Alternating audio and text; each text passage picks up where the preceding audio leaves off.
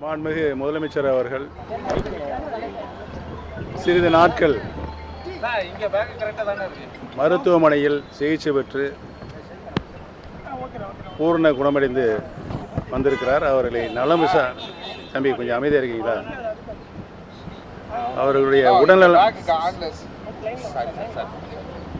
அவருடைய உடல்நலம் பற்றி விசாரிப்பதற்காகத்தான் மரியாதை நிமித்தமாகத்தான் நான் அவரை இன்றைக்கு நான் சந்தித்தேன் என்பதை தெரிவித்துக் கொள்கிறேன். அதோடு கலைஞர் அவருடைய மூத்த குமாரர் முக முத்து அவருடைய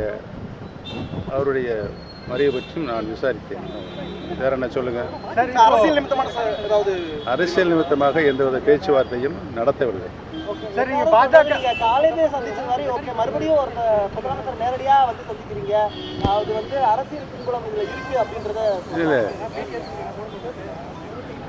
மரியாதை நிமித்தமாக அவருடைய உடல்நலம் பற்றிய விசாரிப்பதற்காக மட்டுமே இந்த சந்திப்பு நடைபெற்றது என்பதை தெரிவித்துக் கொள்கிறேன்.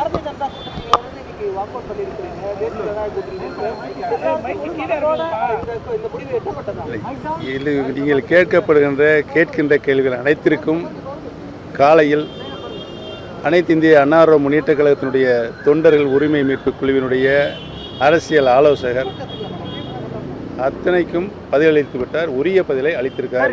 எதிர்காலத்தில் திமுகவுடன் கூட்டணி வைக்கக்கூடிய வாய்ப்பு இருக்கா, அல்லது அது ஜெயலலிதா அவங்களுடைய முடிவுப்படி தீய சக்தின்னு தான் பாக்குறீங்களா? எதிர்காலத்தில் அரசியலில் நண்பர்களும் இல்லை, எதிரிகளும் இல்லை என்ற நிலைதான் கடந்த கால வரலாறு. எதிர்காலத்தில் தேர்தல் நெருங்கின்ற பொழுது எதுவும் நடக்கலாம். அது உங்களுடைய யூகம். எதிரி இல்லை, அது நடந்துக்க எல்லாரோடையும் கூட்டணி அமைச்சிருக்காங்க, தேர்தல் இருக்காங்க, ஜெயிச்சிருக்காங்க, தோல்வி கண்டிருக்காங்க. அது நடைமுறையில் ஜனநாயகத்தில் நடந்துட்டு தானே இருக்குது.